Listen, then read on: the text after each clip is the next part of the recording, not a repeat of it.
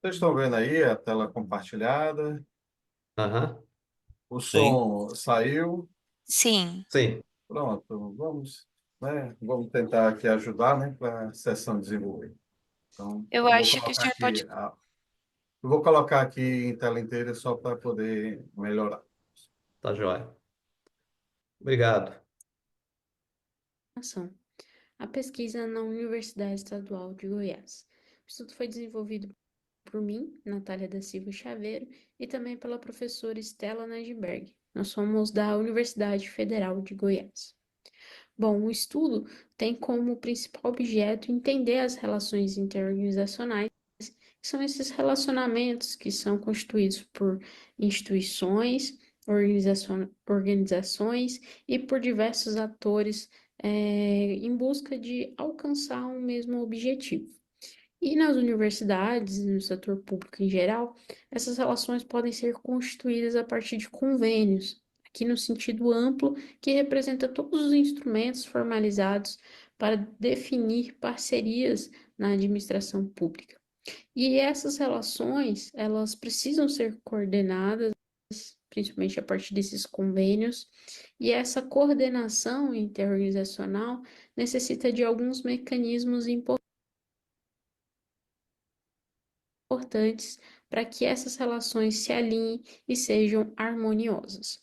Então, aqui temos aqui a problematização dessa pesquisa, que é investigar como que se configuram essas relações, especificamente quando se trata de instrumentos de convênios dentro de uma universidade e com um foco específico em fortalecer a pesquisa científica e acadêmica. Então, o objetivo geral do estudo foi analisar as relações interorganizacionais que ocorrem a partir de instrumentos de convênios celebrados para fortalecimento da área de pesquisa científica e acadêmica no contexto da Universidade Estadual de Goiás entre os anos de 2018 e 2022. E como objetivos específicos foram: primeiro, identificar e analisar as relações interorganizacionais, depois descrever e analisar quais elementos constituem os instrumentos que estão envolvidos nessas relações, e, por fim, compreender e discutir os mecanismos de coordenação interorganizacional utilizados nessas relações. Então, temos aqui alguns definições e conceitos importantes. Primeiro, Scott, Hughes e Krauss define que as relações interorganizacionais é o engajamento social, onde envolve atores, partes e organizações envolvidas numa rede para ter trocas e significados naquela relação e naquela interação a partir de um objetivo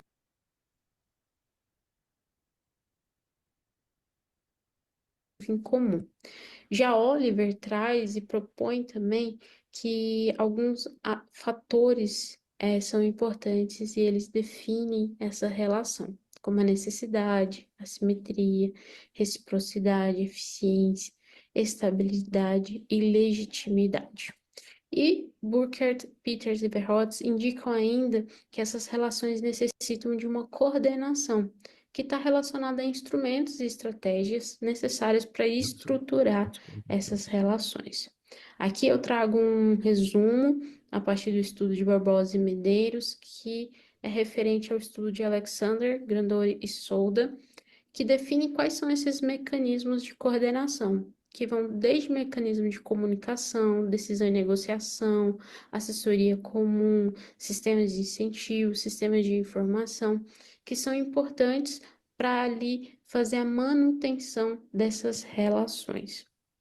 E nesse sentido, na parte de instrumentalizar essas relações, Lacanos e Legales trazem importantes contribuições referentes à instrumentação da ação pública, trazendo a definição de que instrumentos são instituições, porque eles vão definir os atores que ali estão, os privilégios, as restrições, os papéis, bem como o problema a ser resolvido. Tudo isso o instrumento, ele representa a sua instituição e as instituições envolvidas. E nesse sentido, podemos entender que o convênio também tem esse papel importante para fazer essa instrumentação dentro da administração pública. Então, a metodologia foi realizar o estudo na Universidade Estadual de Goiás, estudando convênios celebrados entre os anos 2018 a 2022. A pesquisa foi de natureza qualitativa e finalidade descritiva. O estudo foi dividido em 3 fases. A primeira fase, uma pesquisa e análise documental. Foram identificados 66 convênios e planos de trabalhos referentes e celebrados para desenvolver a pesquisa dentro da universidade, bem como foi analisado portarias de designação de gestores, que são 35 ali envolvidos, para fazer a gestão desses convênios. E assim foram estruturadas 12 entrevistas com esses gestores de convênios e também uma entrevista com 2 servidores que atuam na equipe de gerência de convênios da UEG. E, por fim, a análise e interpretação dos dados utilizando a técnica de análise de conteúdo, segundo o Bardão. Os resultados encontrados. Foram encontrados, então, nesses instrumentos, principalmente a característica da necessidade, ali principalmente na justificativa de se reconstituir, constituir aquela relação, bem como noções de reciprocidade, que é essa interação e essa troca que o convênio traz, e também o fator de assimetria, que aqui para os autores, Agostinho, Selter, Tesrom, que significa como a universidade tem influência e poder sobre os seus parceiros, principalmente pelo seu nome, a marca que ela traz. E claro, a eficiência foi ali um fator bastante interessante, atrelado principalmente à eficiência de recursos e tornar aquela relação importante para trazer eficiência para essas instituições. Então, outro aspecto importante em relação aos instrumentos, que é o convênio em si, nós temos aqui que o convênio está atrelado a um instrumento de mercado, porque ele define uma troca. E ele tanto traz uma troca como traz os elementos importantes da instrumentação da ação pública, que é quais as instituições estão envolvidas, representações, interesses, processos e a técnica no plano de trabalho. E quanto aos mecanismos, identificamos todos os mecanismos ali, tanto estruturados, que são aqueles firmados, quanto não estruturados, que são mais informais. Todos eles estiveram presentes como forma de coordenar melhor essas relações. Enfim, a gente conclui então que a instrumentação da ação pública acontece a partir do convênio e do plano de trabalho, que são um instrumento de mercado, e ali eles vão definir mecanismos de coordenação interorganizacional. E a gente entende, então, a principal contribuição desse estudo foi entender que a instrumentação da ação pública, esses mecanismos de coordenação interorganizacional, podem ocorrer de diversas formas. E nesse ambiente de universidade, ele acontece com essa característica, envolvendo docentes, técnicos administrativos e principalmente esse objeto de desenvolver a pesquisa científica e acadêmica. Essas foram as referências bibliográficas utilizadas. E, enfim, bom, agradeço a atenção de todos e agradeço a todos pela por estarem aqui, por terem tido a atenção. Obrigada.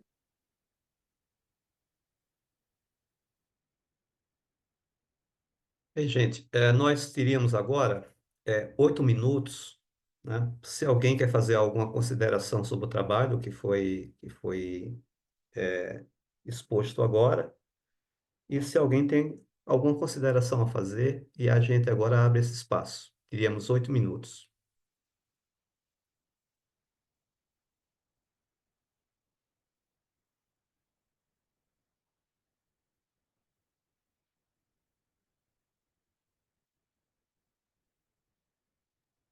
Professor, Oi, pois não? eu sou o professor José Carlos Jesus Lopes, professor Jesus da Universidade Opa, Federal de Mato Grosso do Sul, seu ó, colega. opa. Ah, estou aqui parabenizando então a Natália, que acabou, né? Ali foi um vídeo.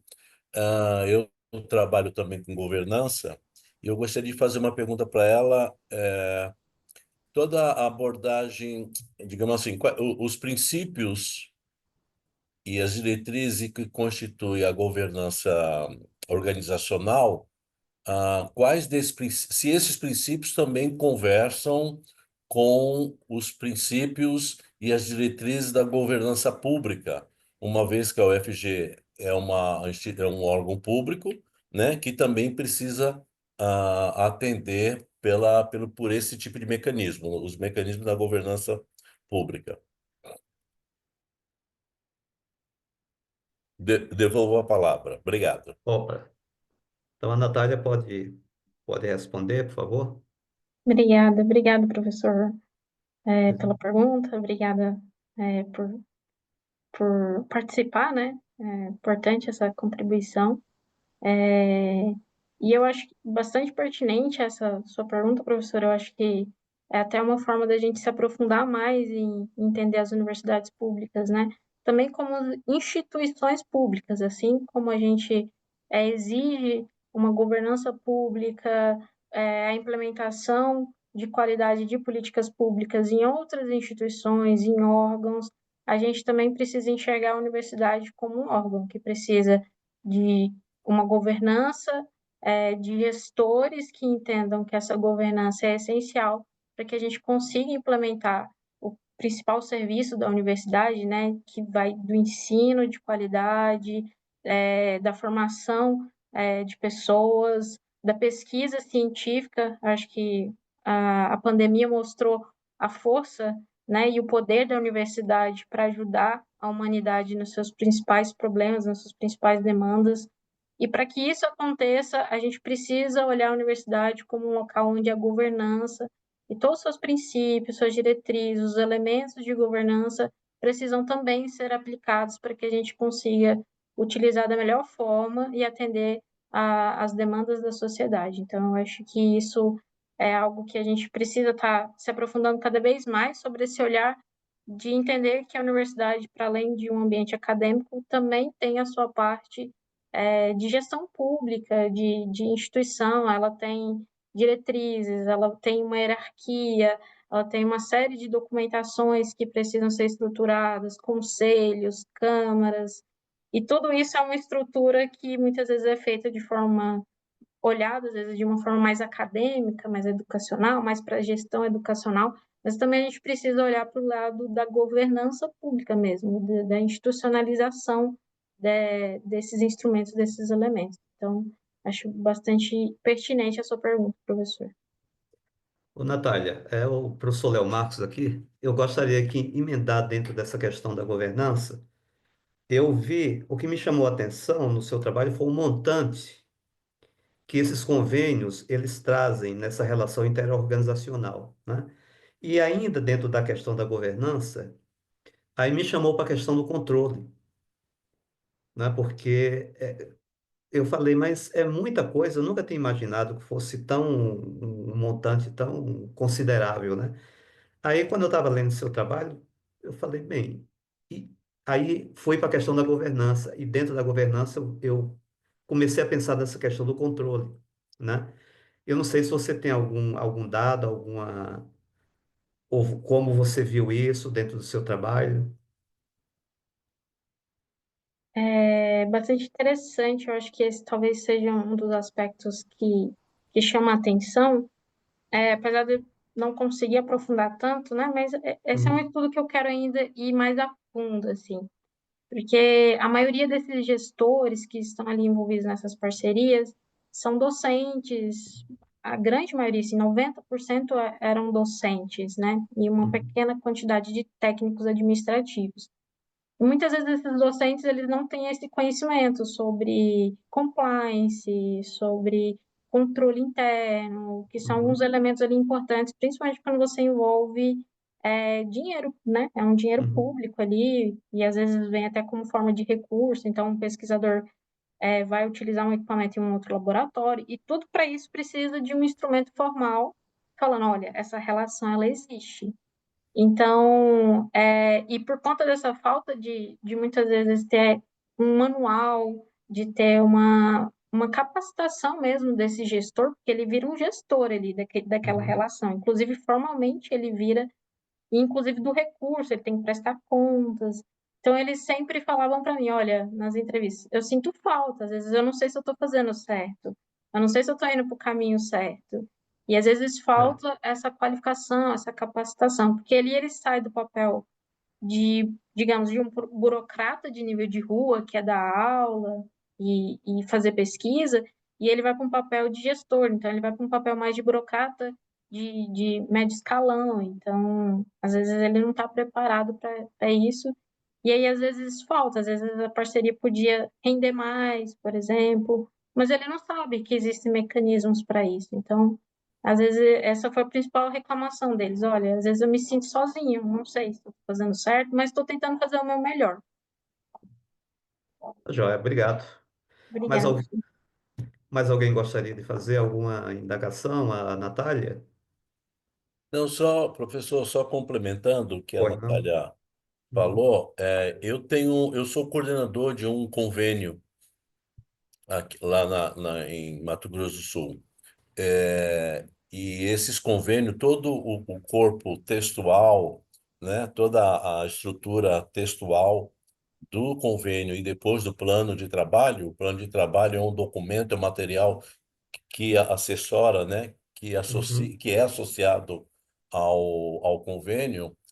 Antes de serem assinados esses instrumentos, eles passam pela Procuradoria Jurídica uhum, da instituição. Acredito que a UFG uhum, deva ter seguido o mesmo rito processual administrativo jurídico. Então, aí a accountability, né, que é um dos princípios uhum, da contabilidade pública, e a transparência, né, nós uhum, temos, isso sai no Diário Oficial, mas a gente coloca também na página, né, tanto do órgão que está conveniando e com o órgão que está sendo conveniado, né? Então, isso dá uma certa transparência. E o controle, né, que na governança pública nós vamos chamar de accountability, uhum, isso também tem, a cada 6 meses, a gente tem que publicar um relatório, encaminhar todas as partes interessadas, disponibilizar no site da faculdade ou dos órgãos que estão responsáveis por esse empreendimento, né? Enfim, a gente busca dar respostas a essas diretrizes, a esses princípios, né? E as uhum. diretrizes pertinentes. Bem, eu agradeço a Natália, ao professor, pela muito boa colocação, né, em cima do trabalho, um trabalho muito legal de ler, né? Parabéns. Bom, agora poderíamos dar prosseguimento e O Ivan está com a mostrar. mão levantada, Léo Marcos. Eu acho que Ah, ele quer. Só para falar aqui, pessoal, oi, boa Ivan. tarde a vocês, e principalmente aqui ao professor Léo Marcos. Eu estou entrando aqui para ser o assessor da sessão de última hora, porque tanto o principal quanto o suplente não compareceram. Então, eu só queria saber como que vocês combinaram aqui as apresentações para eu dar um suporte aqui. Tá. Estão exibindo os vídeos que eu já separei aqui e tudo. Uhum. Ô, Ivan, nós vamos. Ficou a cargo do moderador e os apresentadores, né, de tomar uma decisão. E foi unânime aqui optar por mostrar os vídeos, Certo. tá? Aí você deve ter os 4 trabalhos, um já foi aproveitado, então você segue a ordem que você tem aí. Ótimo. Eu vou só olhar aqui como que ficou. O primeiro foi o da Natália, né? Correto? Certo?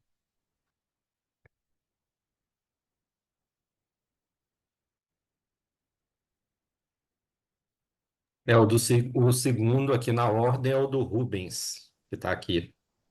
Tá, Vou abrir, eu vou compartilhar o vídeo dele aqui com vocês. tá. Obrigado, Ivan. Com licença, dentro da ordem, o meu seria o primeiro. Aí, como pulou, né, para o da Natália, aí o meu ficaria em último nesse caso. É porque, na verdade, talvez a ordem que aparece aqui para mim esteja um pouco diferente, entendeu? É, Porque o seu é o terceiro que apareceu aqui para mim, Vinícius. Aí teria algum problema? Então, podemos prosseguir aqui.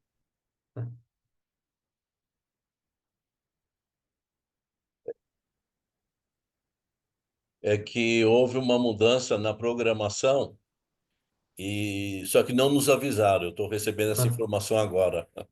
tá.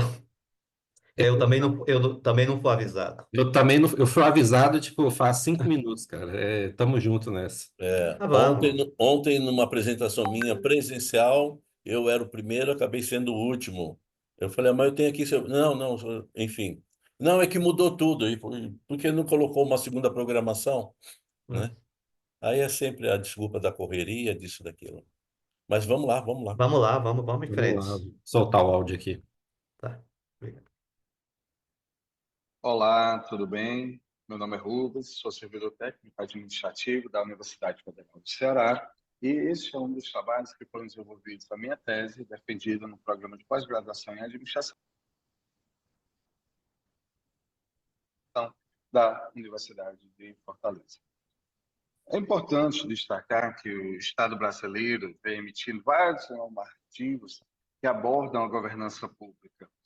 Mas, no entanto, esses normativos adotam uma abordagem generalista, permitindo interpretações e implementações específicas por parte das entidades envolvidas, emergindo assim a necessidade premente de pesquisas que não apenas examinem as leis e regulamentos estatais em vigência, mas também investiguem a forma como tais diretrizes são interpretadas, adaptadas e aplicadas nessas entidades, desenvolvendo estratégias mais eficientes e eficazes para a institucionalização da governança, considerando as nuances e particularidades inerentes a cada contexto organizacional. Para o desenvolvimento dessa pesquisa, nós adotamos as universidades federais brasileiras, tendo em vista que há uma emergência de adaptação de estruturas e práticas de governança nessas instituições, tendo em vista a escassez de recursos, onde estão crescentes os cortes ou restrições orçamentárias relacionadas a tais instituições, emergindo assim indagações e reflexões do porquê e como algumas IES, né, instituições de ensino superior, conseguem se manter melhor que outras. Seriam frutos de uma adaptação mais rápida ou de uma estrutura melhor já existente na entidade? E é sabido que a alta administração, né, e no caso aqui das universidades federais, há de se falar sobre os conselhos superiores, fazem parte estratégica das universidades e elas ditam, criam e implementam estruturas e mecanismos não somente para melhor efetividade de governança, mas bem como das ações de gestão que elas, nas próprias entidades que a elas estão desenvolvidas. E com isso, a gente procura, nesse trabalho aqui, verificar o quê? Olha, nós temos uma imposição normativa, a criação do Comitê de Governança. Mas também há universidades que vão além da imposição normativa. Elas criam órgãos de governança, que é justamente para poder complementar e implementar atividades relacionadas à governança. Então, a gente vai verificar nesse trabalho, verificar se há influência de a existência ou não, né, de comitês e órgãos de governança nos níveis de governança nas universidades federais brasileiras. Esses níveis de governança são oriundos daquele levantamento trienal que um órgão de controle, o Tribunal de Contas da União, faz e cuja última edição disponível no site deles é do ano de 2021. E com isso nós fizemos alguma revisão de literatura, bem como abordamos sobre o Comitê de Governança e sobre o órgão de governança. Para o desenvolvimento dessa pesquisa, elaboramos 3 hipóteses que tratam justamente o quê? A existência do comitê, a existência de um órgão, ou a existência conjunta desses dois, né, o comitê e do órgão, influenciou positivamente no nível de governança. É interessante,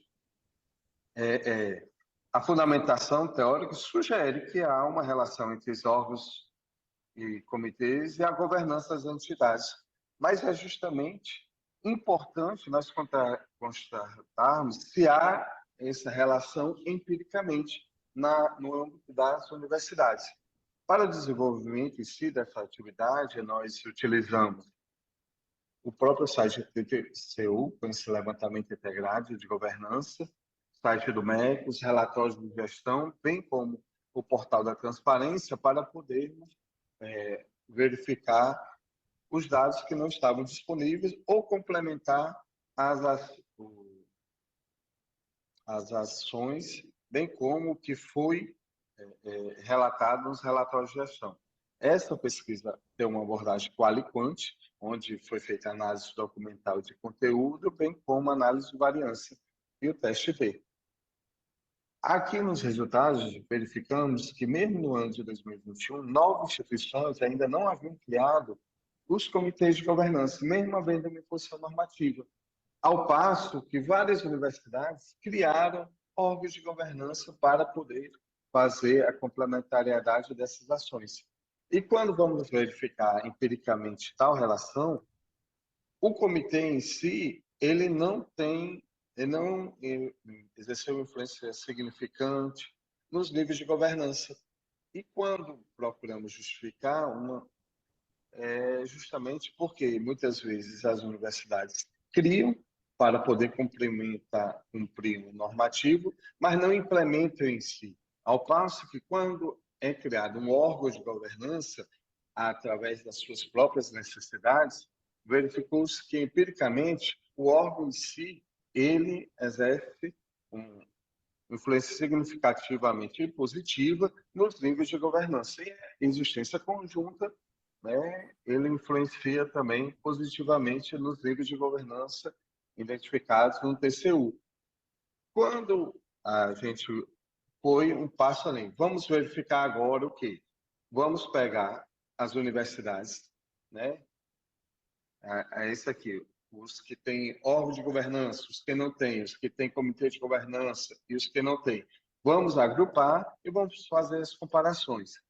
Não foi encontrada diferença significante das universidades que possuem órgão, né, ao órgão, e não tem um comitê ou tem um comitê. Não há diferença. Então, o que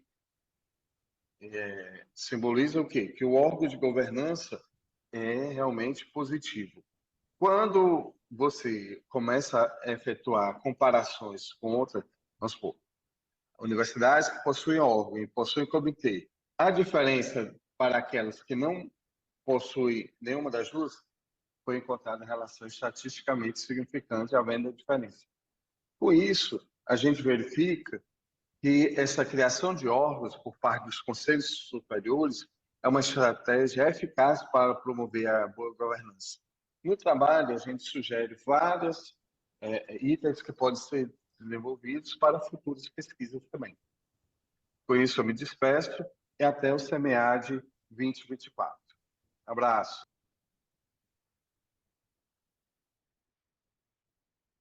Bem, gente, eu agradeço a apresentação do nosso colega e nós teríamos mais 8 minutos para quem quiser fazer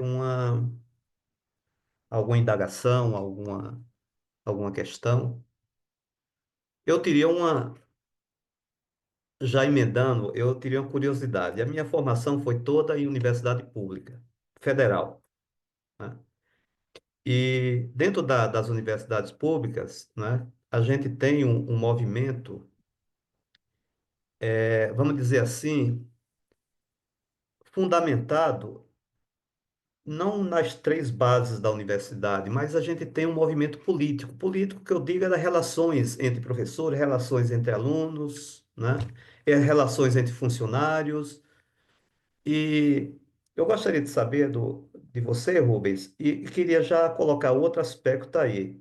Você falou dos comitês, dos órgãos, possivelmente você estava falando do conselho universitário, né, o conselho máximo da universidade. Então, eu queria saber como isso repercute no conselho, se você chegou até a analisar isso, e mais ainda, nós temos a tríade que é ensino, pesquisa e extensão. Se essa função de governança, ela vai ao encontro justamente daquilo que é o coração da universidade, tá? Então, se você puder, já que você estudou, puder alargar um pouco ou a sua opinião para que a gente possa. Mas eu estou falando por saudade da Universidade Federal. Eu sou servidor já há algum tempo e aqui a tríade já não é mais só tríade, já estamos indo para quatro, que aqui a gente incorporou a cultura, né? Então, a cultura em outras universidades foram incorporando outras, né, que é justamente para complementar as ações de impacto na sociedade. Realmente é algo, né, esse componente político, né, é algo, quando a gente começou a ver, né, a gente, é um trabalho resumido, mas a gente começou, nós analisamos os estatutos, para poder saber quantos conselhos existiam, e foram identificados 246 conselhos. Desses 246 conselhos, ao agrupar, tivemos 34 conselhos. Nesses 34 conselhos, né, tipos de conselhos, né, tem universidade que tem 9 conselhos, né, então é uma infraestrutura muito grande. E isso a gente está falando conselhos a nível estratégico, né, aquele conselho, a gente não fala de conselho de centro, né, conselho, isso aí já é uma outra coisa. E em relação aos componentes, realmente eu comecei a analisar e tudo, falei, isso aqui vai dar uma boa pesquisa, mas não para o doutorado, porque esse componente político é um fator muito assim forte. A partir do momento que você tem os próprios membros em si, você aqui quase não é uma divulgação da eleição, como é que são eleitos os representantes dos professores. Quem são os representantes? Não há divulgação. Nos estatutos, há uma muita omissão em relação ao processo de eleição. E nós temos também o próprio sindicato. Os próprios sindicatos fazem parte dos conselhos, né? Então, assim, há um componente com muitos vieses e que realmente essa parte política a gente achou melhor deixar para um outro trabalho, né, de stakeholders, né, para a gente poder analisar quem são essas partes interessadas que fazem parte dos conselhos, porque a gente achou melhor, olha, a gente identificar quem são e tudo, porque há uma dificuldade, tá, Milão? Marcos, professor Zé Carlos, eu acho que deve saber, há uma dificuldade até mesmo para você identificar ata de reunião. Sim, é um negócio assim, a transparência nas universidades é algo ainda que a gente tem muita dificuldade para fazer pesquisa.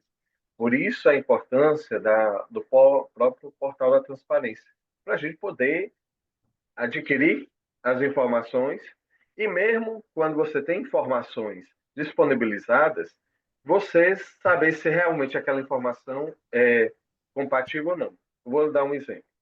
Identificamos 246 conselhos. Ok. Fui e passei e-mail para todas as universidades. Olha, no seu estatuto tem esses conselhos listados. Realmente eles estão implementados? Eles estão em funcionamento?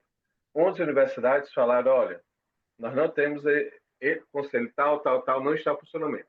Outras foram responder assim, olha, além desses conselhos, nós temos outros que não constam no estatuto.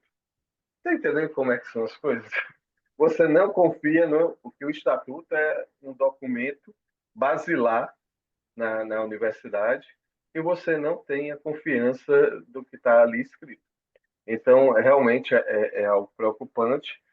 A gente, em relação aos representantes, né, realmente é algo que eu pretendo continuar pesquisando e é uma das minhas temáticas a gente abordar essas composições, que eu acho que é interessante, né, trazer à luz, porque eu acho que a transparência é o que vai ajudar na efetividade das ações, né? Eu acho que o basilar é isso, quando a Natália traz, né, a respeito, né, dos convênios e tudo, muitas vezes é difícil você ter dados e tudo, mas só para fechar minha fala, eu peguei os resultados dessa pesquisa, né?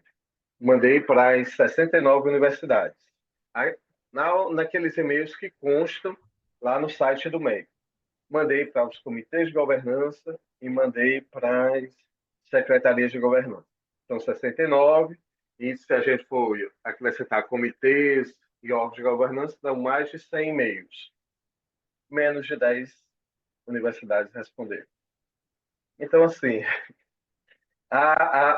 porque eu acho que o que tanto se fala sobre o impacto da pesquisa é a gente pegar, vamos supor, o resultado desse de Natália, outros, a gente pegar nosso resultado, transformar em algo que não seja tão acadêmico e enviar para essas partes interessadas. Olha, temos uma pesquisa, o principal resultado foi isso, né? e me coloco à disposição para poder conversar, mas isso, só para exemplificar, foi enviado no mês de agosto, começo do mês de agosto. 3 meses depois, menos de 10 universidades responderam. Então, assim, a gente não pode desanimar, né? Então, vamos, vamos em frente, né? Mas são indagações que eu quero refletir nos próximos semiários, se Deus quiser. Viu, Leandro? Obrigado pela Obrigado, participação. obrigado, Rubens. Alguém gostaria mais de fazer alguma observação? Nosso tempo já foi. Então a gente pode passar e vamos para a próxima apresentação?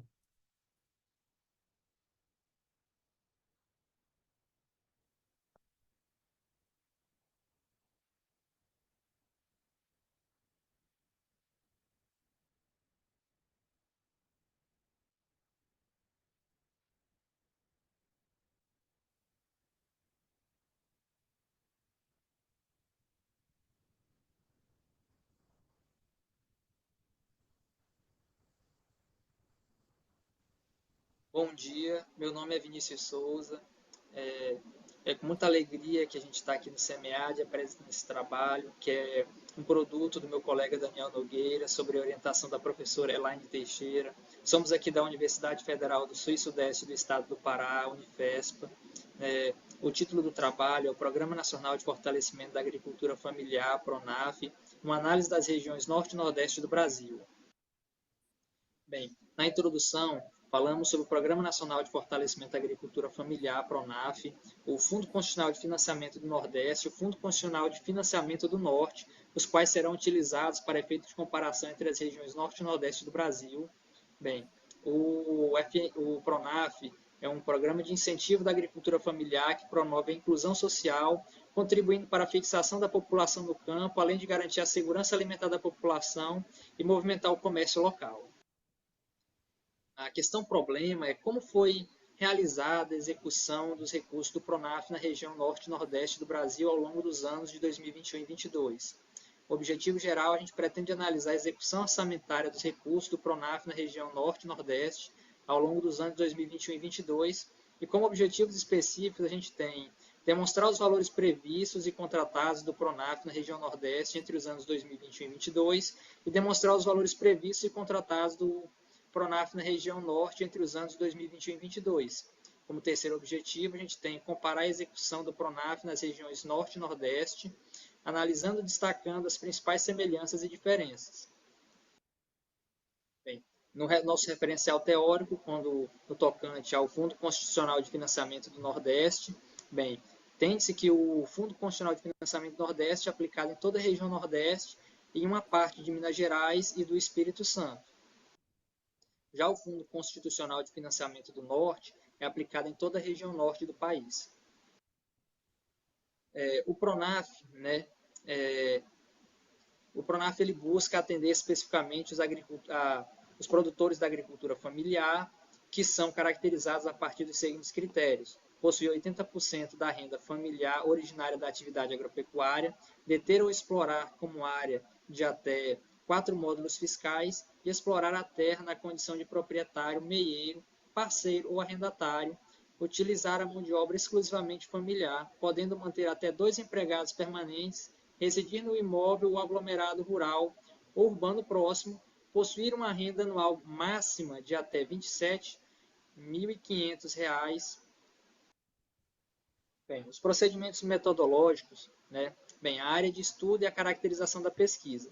O campo de observação deste estudo foram os estados que abrangem os fundos constitucionais de financiamento do Norte e do Nordeste, FNO e FNE. Essa pesquisa se caracteriza como descritiva e, quanto à abordagem, apresenta-se como quantitativa.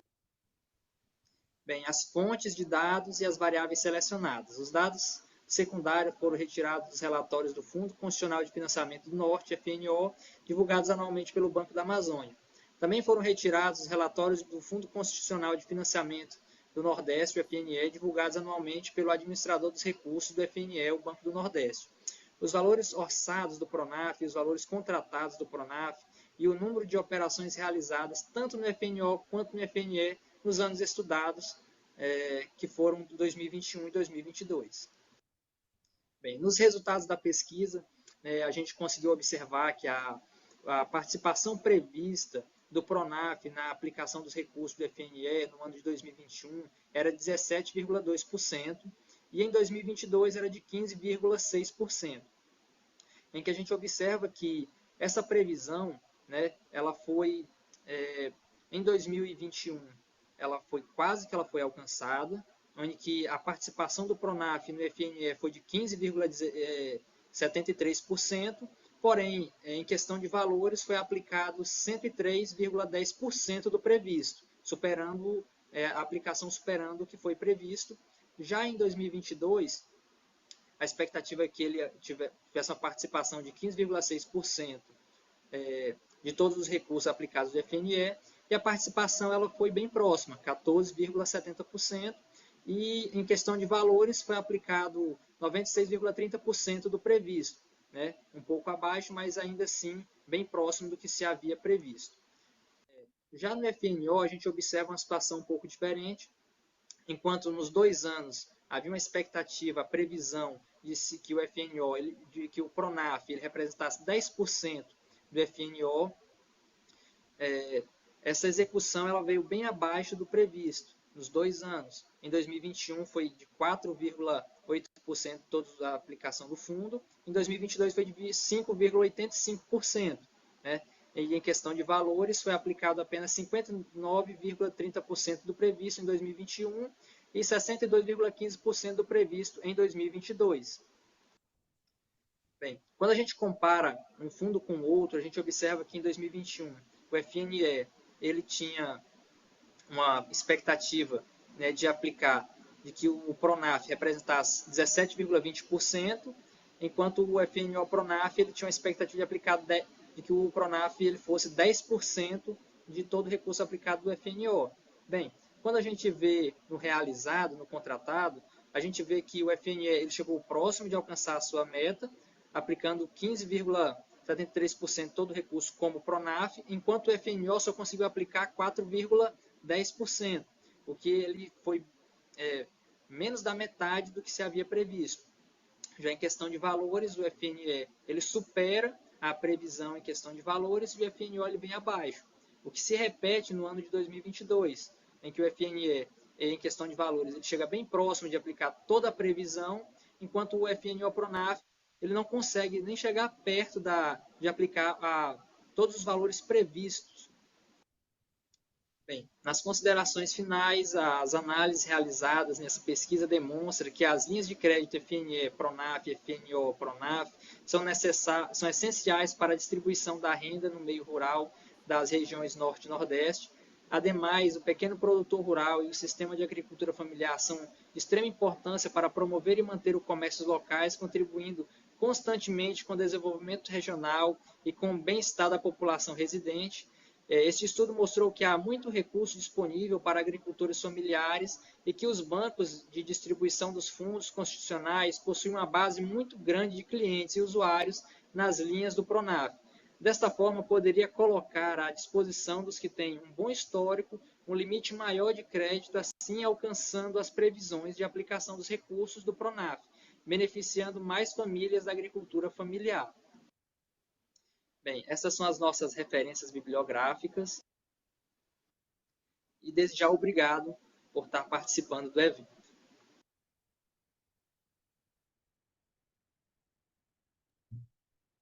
Obrigado, Vinícius. Eu abro um pouco, nós temos 8 minutos. Eu gostaria de saber se alguém quer fazer alguma indagação, ou levantar alguma questão. Pois não, professor? Parabéns pelo Vinícius. A minha pergunta ela tem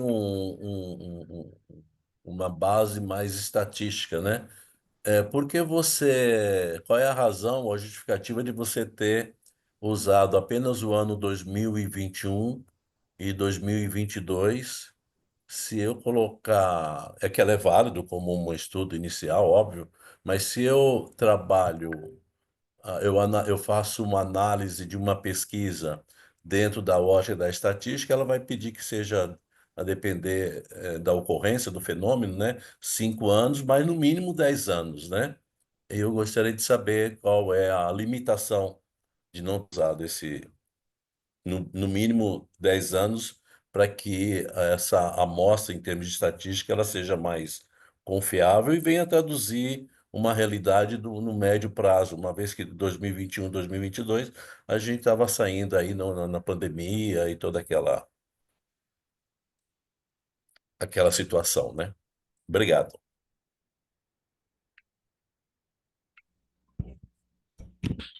Opa, agradeço desde já a pergunta.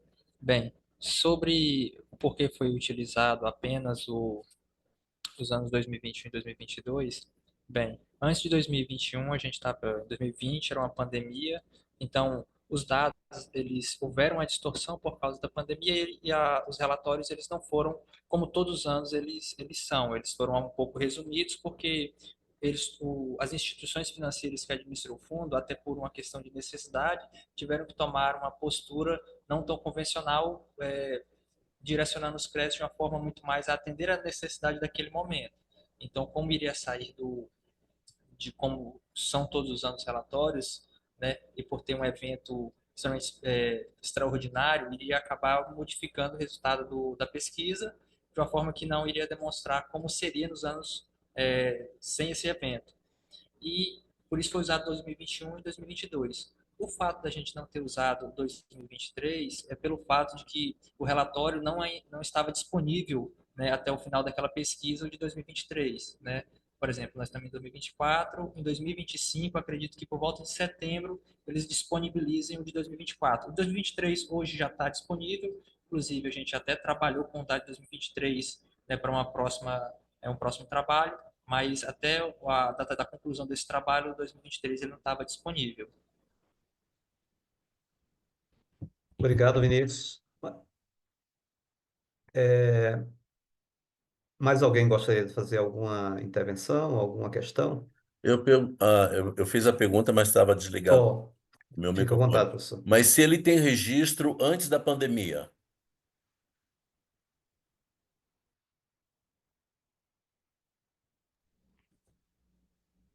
Sim, sim. Tem, antes da pandemia tem os registros, né? No caso do Banco do Nordeste, são dados um pouco mais difíceis de ser encontrados. Do Banco da Amazônia tem. Eu acredito que, se eu bem me lembro, acredito que 2013, 14, 15 já fica disponível do Banco da Amazônia. Do Banco do Nordeste é um pouco mais a informação é um pouco mais difícil de ser encontrada, né? Do Banco da Amazônia, a gente encontra no boletim FNO, eles lançam todos os relatórios do fundo. Do FNE, eles também publicam no site do Banco do Nordeste, mas é um pouco mais difícil de ser encontrado, né? A transparência, a forma de trabalhar das duas instituições financeiras acaba sendo diferente, né? Tanto pela área de atuação, né, e pela competição regional. O Banco da Amazônia, ele acaba sendo muito transparente, tanto que é um banco que, se você quiser saber o salário de cada funcionário, se você souber o nome, você consegue saber até o salário de cada um, né? Tanto também as informações da administração do fundo e de todas as outras coisas. O Banco Nordeste já é um pouco mais fechado. Ele disponibiliza todas as informações que, por lei, eles são obrigados a disponibilizar, mas acaba a gente tendo um pouco de dificuldade, não é tão acessível a informação, é um dado mais complicado de se achar. O do Banco do Nordeste a gente não conseguiu achar anterior à pandemia, provavelmente deve ter esse dado disponível em algum lugar, mas não foi na quantidade suficiente que a gente precisou para comparar com os dois.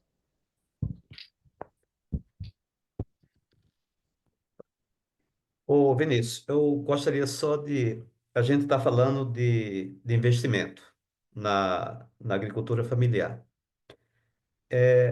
Uma coisa que me chamou a atenção a partir da leitura do seu trabalho, por exemplo, se tem um investimento, existe algum mapeamento no que diz respeito à agricultura familiar do resultado desse investimento que se faz nessa área?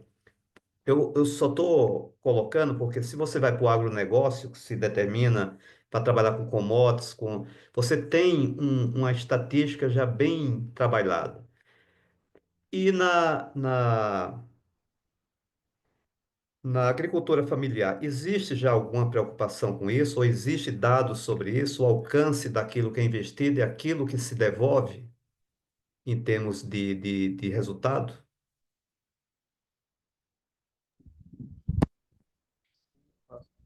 Perfeito, essa é uma pergunta que eu agradeço muito.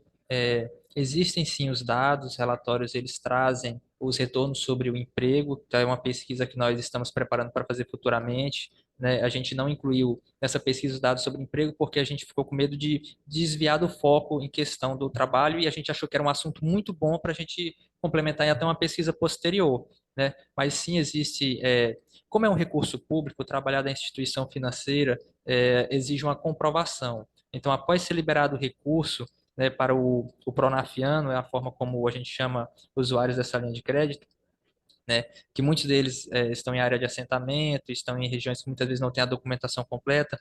Então, o banco ele usa uma estatística, as instituições financeiras, né, além de pedir a comprovação do recurso para saber se foi aplicado na finalidade devida, estava estipulada tanto na cédula quanto no programa, né, que ele está sendo o beneficiário, né, o banco ele usa um cálculo estatístico para analisar quantos empregos estão sendo gerados através desse recurso que estão sendo liberados.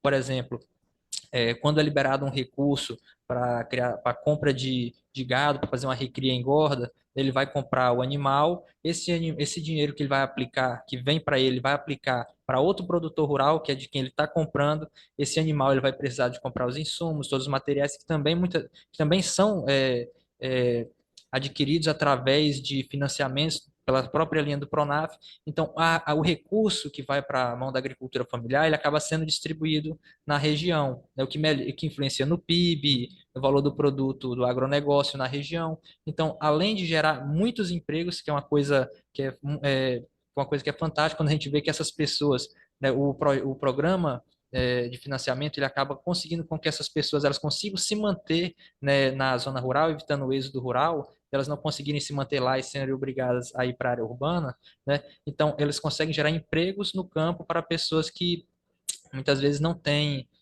a documentação da sua área, não teria as condições ideais, né? Então, há um benefício social e há um benefício econômico na geração de emprego e renda dessas pessoas.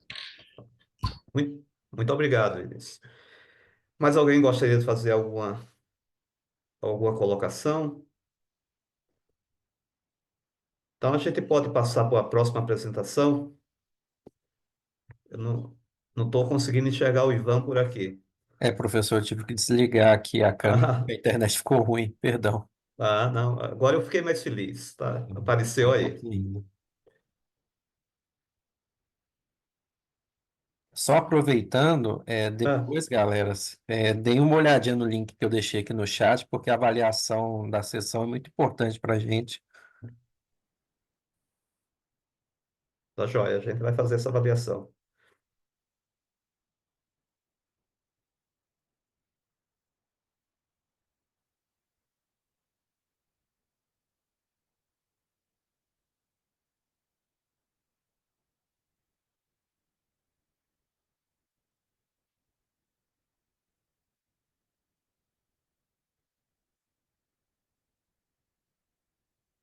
Eficiência Energética e Sustentabilidade pela Universidade Federal do Mato Grosso do Sul. Olá, meu nome é Vandressa Batista Ristoff, eu sou aluna do mestrado em Eficiência Energética e Sustentabilidade pela Universidade Federal do Mato Grosso do Sul.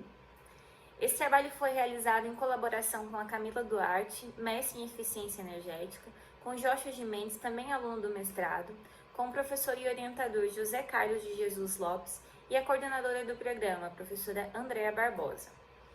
O tema do nosso estudo é Infraestrutura de Mobilidade por Bicicleta, um estudo comparativo entre Campo Grande e Balsas.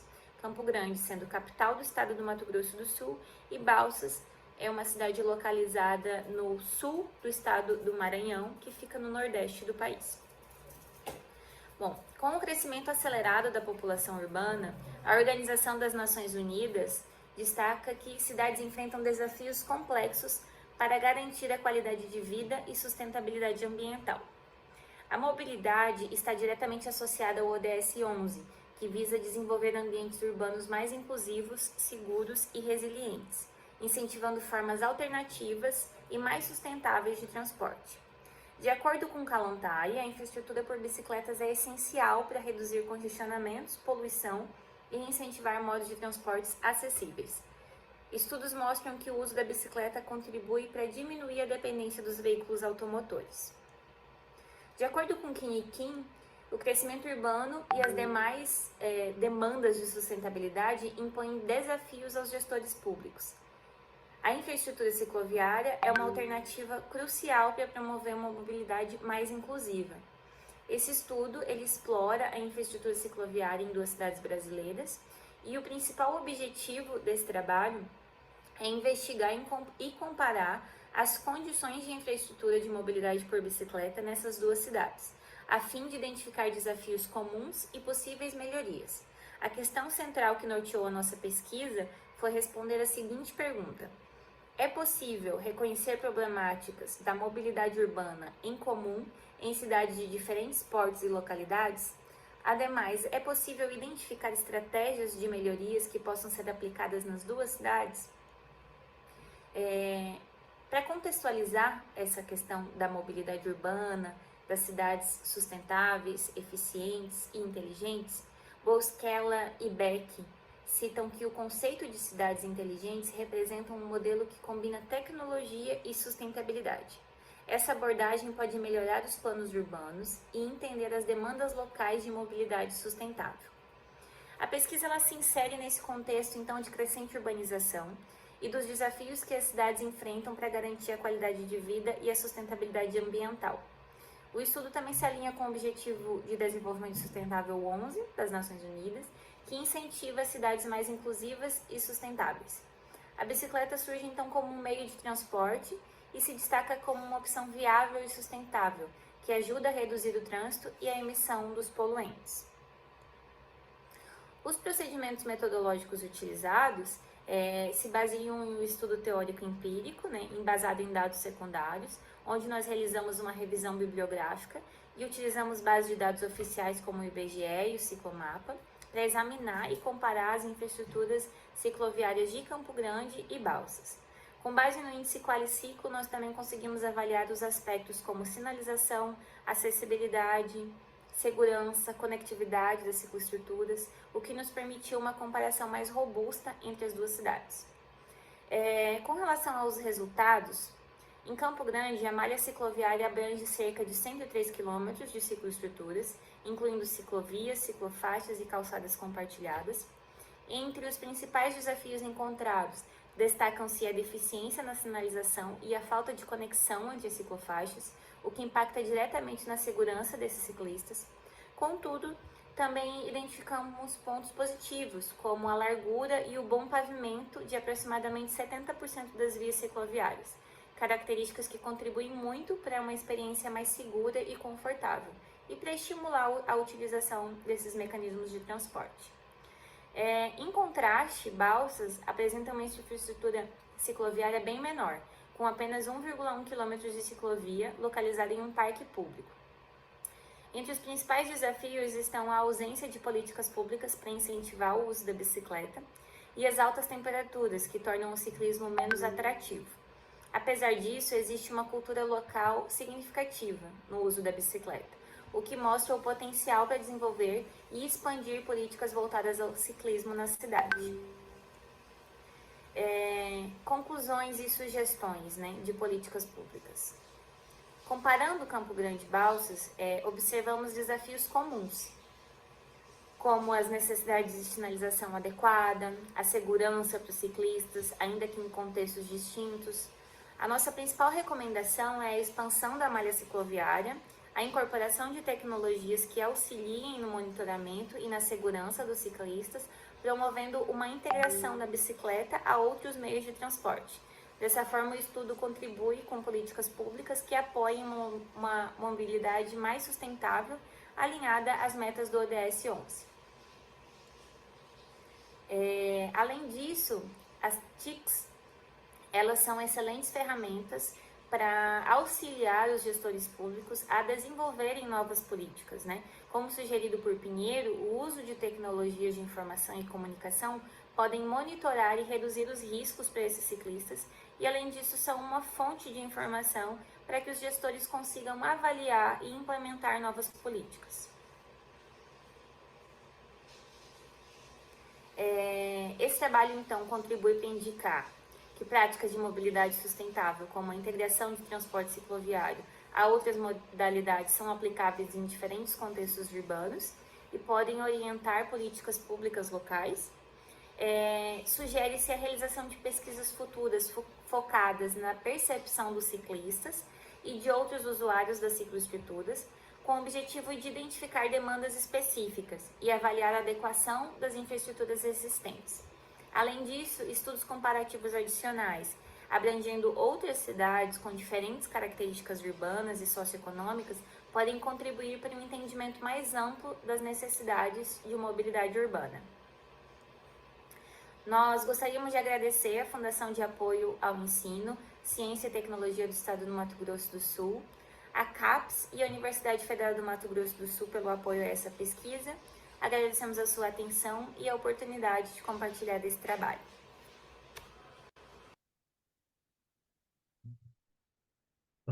Obrigado, Vanessa. E eu abro agora para algumas questões, se alguém tiver alguma indagação.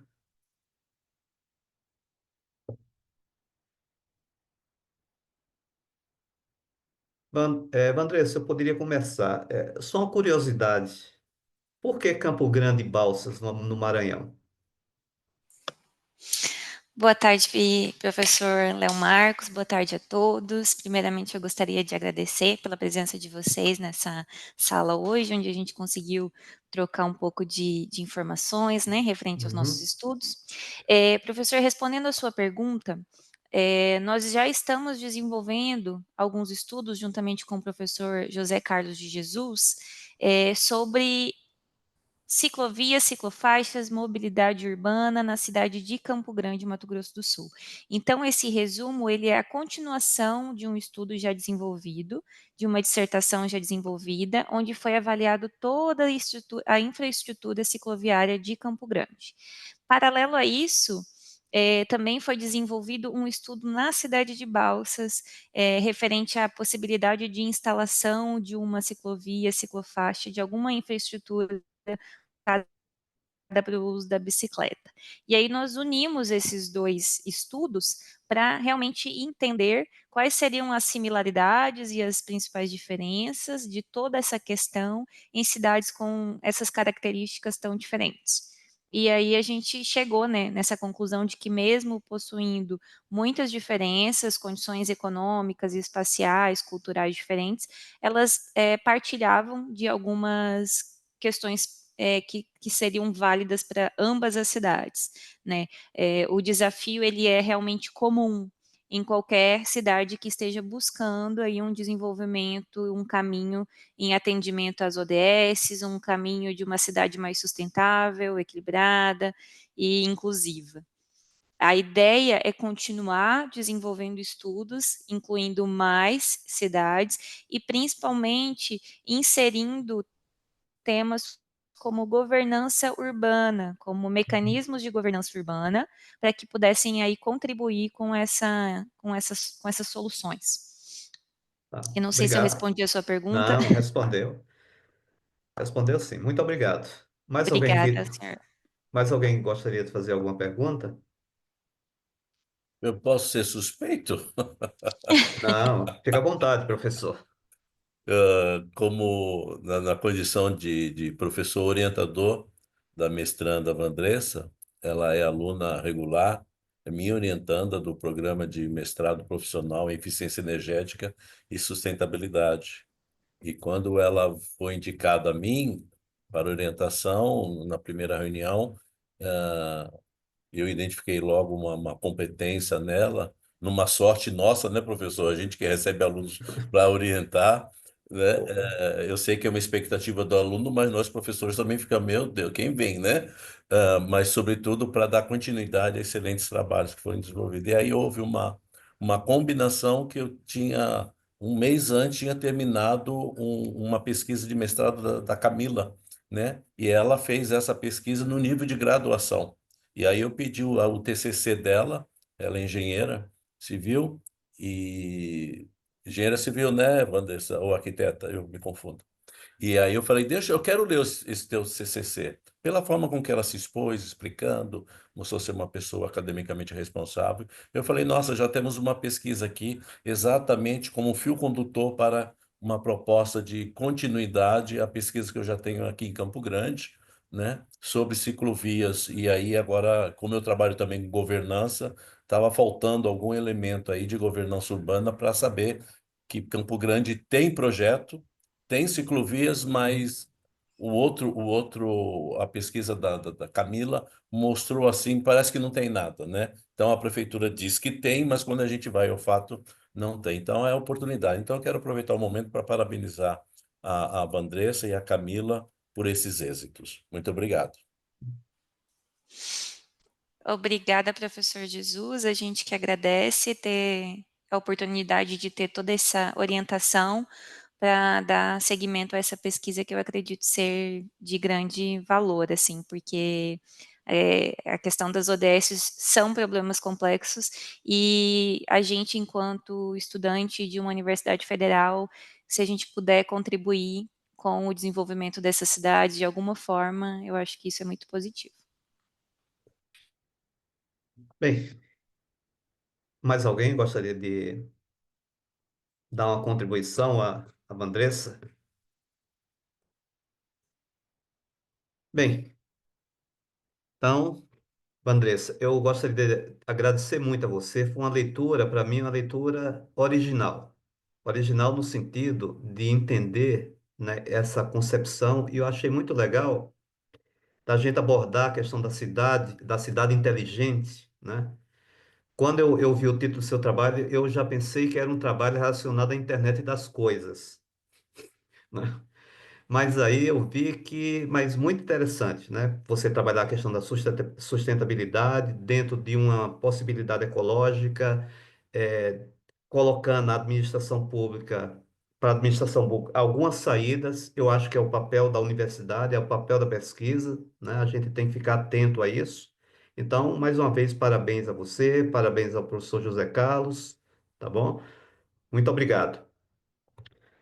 Gente, nós temos aqui agora, segundo o script, uns 22 minutos para a gente fazer algumas considerações finais.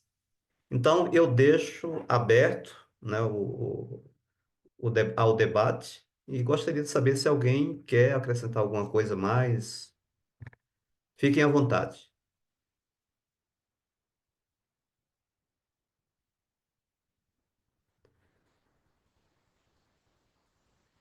Bem, eu acho que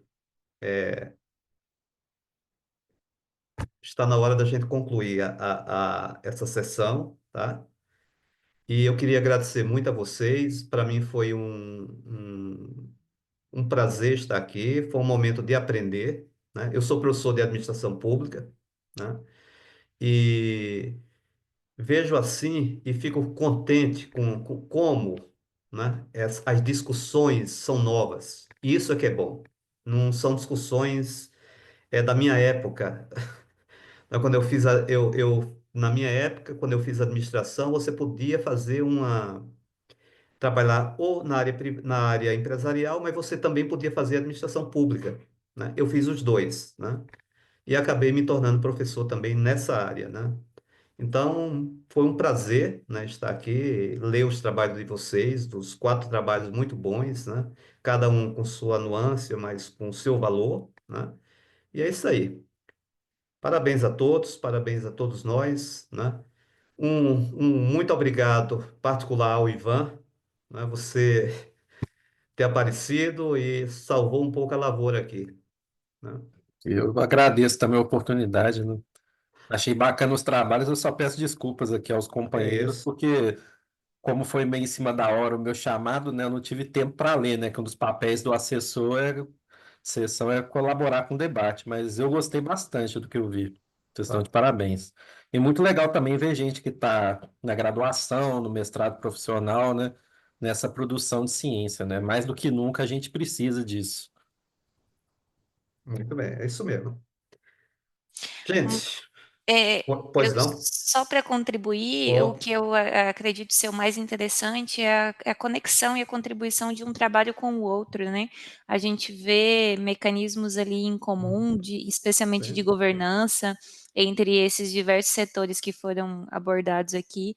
Acho que isso só enriquece realmente o nosso debate, né? E Opa. agradeço também aos comentários do professor Léo Marcos, do Ivan, de todos. Professor Jesus também. Gente, então podemos encerrar a sessão, tá? Obrigado a todos, espero revê-los em breve, tá? Será um prazer, tá bom? Muito obrigado, tá bom? Tchau, Boa tchau. festa a todos. Tá. O Ivan Obrigada. vai tirar um print Eu da tiro, tela para ficar tiro como sim. registro? Um instante aqui. Pronto. Aí tem que, deixa eu ver se os rostinhos de todos vão aparecer. Apareceram de Tá tudo. aparecendo Vocês aí? querem fazer uma pose, né? Ou vocês querem. Isso, uma pose. Tá bom, vou tirar aqui. 3, 2, 1. Pronto. Vou tirar uma aqui também, vamos lá. A final aqui, eu tô tirando algumas já. Mas vamos lá. 1, 2, 3. Fechou aqui para mim. Todo mundo fala SEMEAD. Até mais. É Muito Até forte, prazer. mais, né? gente. Mas Até Tchau, Muito mais. tchau. obrigado. Ó, peço, lembrando o Ivan, se a gente puder fazer avaliação, né? Acho que isso. interessante no final. Um abraço a todos, prazer conhecê-los, tá? Prazer e parabéns a É nóis. todos. Tá, obrigado. Tchau, tchau. Um abraço, professor. Um abraço, até mais.